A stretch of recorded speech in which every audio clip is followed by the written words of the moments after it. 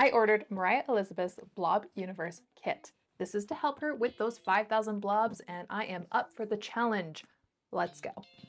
This is a big guy, so let's just get right into it.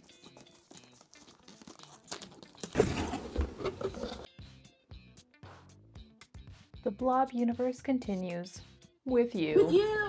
That is me. Okay, so everything that it comes with. So we've got the instructions, a paint pen, a sculpting tool, 2 paintbrushes, varnish, clay, paint, a mat, and of course the blobs. Now I was going to use the mat, but with the lights that I have showing, it just reflects too much. So I hesitated, but I just decided to put it away so it's easier to see for you guys. So first let's get into this clay. And this clay is actually really, really soft. I was quite surprised that it was this soft, so I was really excited to use it. And so we're gonna start off with something very simple because this is the first time I've ever done something like this.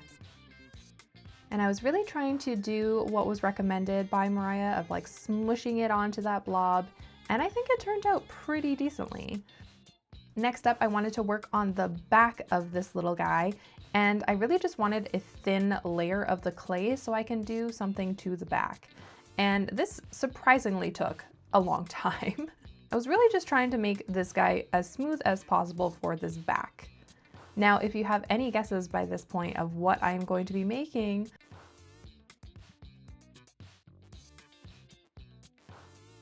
all right, and now I'm just going to score a little slice down the middle of this, and that is literally all I wanted for the back part of this clay.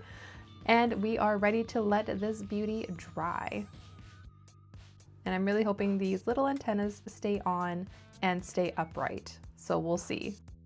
Okay, she is finally dry and ready to be painted. I'm going to obviously use everything that Mariah has given in this set. I'm not going to bring out any of my own stuff. So I'm going to start off with the red, and I'm looking at it and I'm thinking, I don't know. Yeah, this is just too red. So I added some yellow to make it a little bit more of that orange tint, and I think this looks a lot better. And by now, if you have guessed that I am making a ladybug, then you are correct. Yay! So the next natural step would be to paint this whole thing entirely black. Now on to the little wing shell here. This was, again, the whole reason I did a shell like that was so that I could get that split down the middle for the shell. Now I'm just going to add in those black spots, and this was surprisingly difficult because I did not know exactly where I wanted to place them, so there was a lot of pressure on that for some reason. And of course the ladybugs have these little white spots on them, on their shell, and then on like the back of their heads, and then on the sides of their heads. I actually had to look up a reference photo because to do this on my own, it was just, I would have forgotten about those white spots, to be honest with you. And of course I had a little bit of a leakage from the black paint pen. So this paint pen is pretty liquidy, I would say, compared to some of the other ones I used. So it did put a black streak all the way down my little shell there, which it's not the end of the world. So I'm just gonna leave it as is. I tried to clean it up and that did not work, so.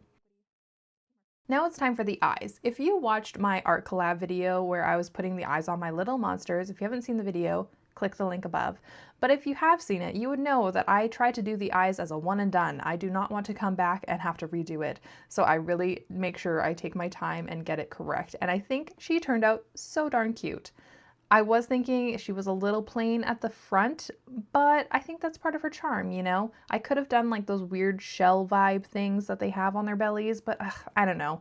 I didn't want it to be like super realistic and get rid of that cute character vibe. So moving on to my next character.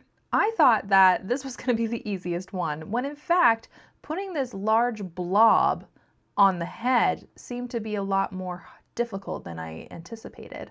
And it started to look like a little bit of like a toupee or something of hair. So questioned whether I should keep it or not. But yeah, so here I am really trying to shape it and get it, make sure that it's sticking to the bottom. And I didn't know how I was supposed to like smush it into the head at this point, but whatever. I just kept shaping, smoothing, trying to make it look the way I was intending. At this point I was like, should this be a hat or should this be what I'm actually intending it to be? Which I don't know if you've guessed it yet, but if you haven't, keep watching. All right, that I was fine with what I did there, and I let it dry. And so here I am adding in my green top. Now this was inspired by one of those green one-ups of the mushrooms for Mario. So that is what I'm doing here. It's going to be my little mushroom character. I started out with a tan color, but I was really not feeling it. It was too dark, so I had to end up wiping all of that off and applying the lighter color. Of course, as well, I was not happy with the green colors. This was a very typical situation for each of these guys, that I was not happy with the color, and it will stand true with the next one that you'll see. So all I had to do now was add in a little bit of the white mushroom circle thingies, whatever those are, and I applied this just with a Q-tip because it was the easiest.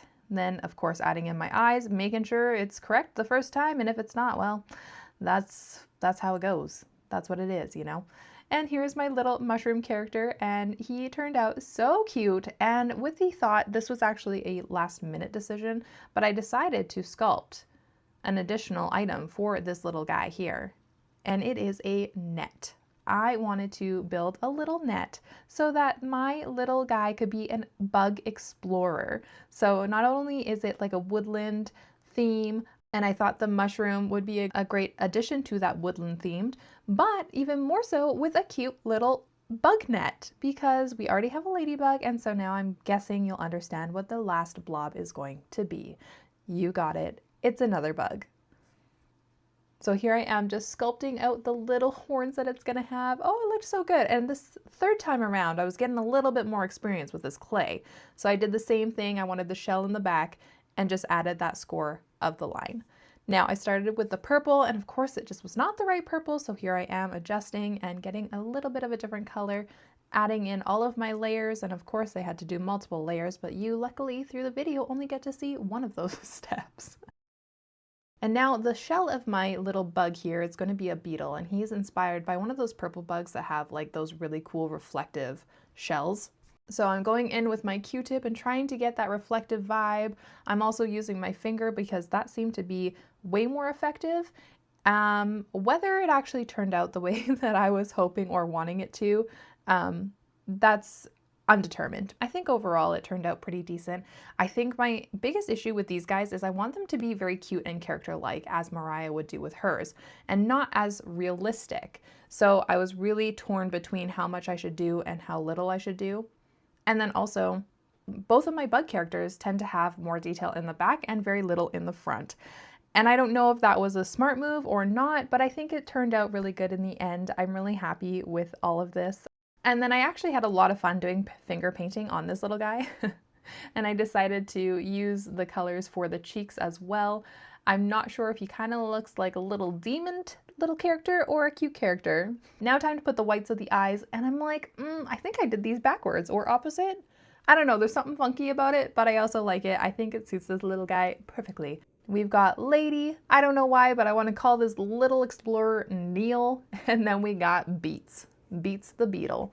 I know, I'm super fancy with the names, but here we are. I hope you guys enjoyed this video. I hope you love the blobs, and I hope Mariah can use these little guys for her blob collection. Thanks so much for watching, and I'll see you guys in the next one.